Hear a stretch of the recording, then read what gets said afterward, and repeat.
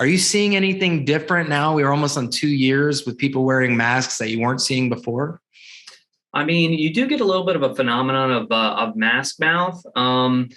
You get people that, now that they're wearing a mask, sometimes they can actually smell their breath a little bit there too. So you get people that come in, they're mentioning that they have bad breath and things like that. And, that kind of stems from just the bacteria in your mouth. If you have pathogenic bacteria in your mouth, it can trigger that bad breath smell and even, a bad taste as well. And now that people are wearing masks, they're able to be more vigilant about that sort of thing. They can actually smell their breath now that they're kind of rebreathing it constantly there. So it's something that, we have seen a lot more people coming in and mentioning that to us. And, rebreathing all that air, you don't get quite as much fresh air in your mouth. Sometimes your mouth can even dry out a little bit. So you can get some more, gum disease as a result of that, wearing the mask all the time.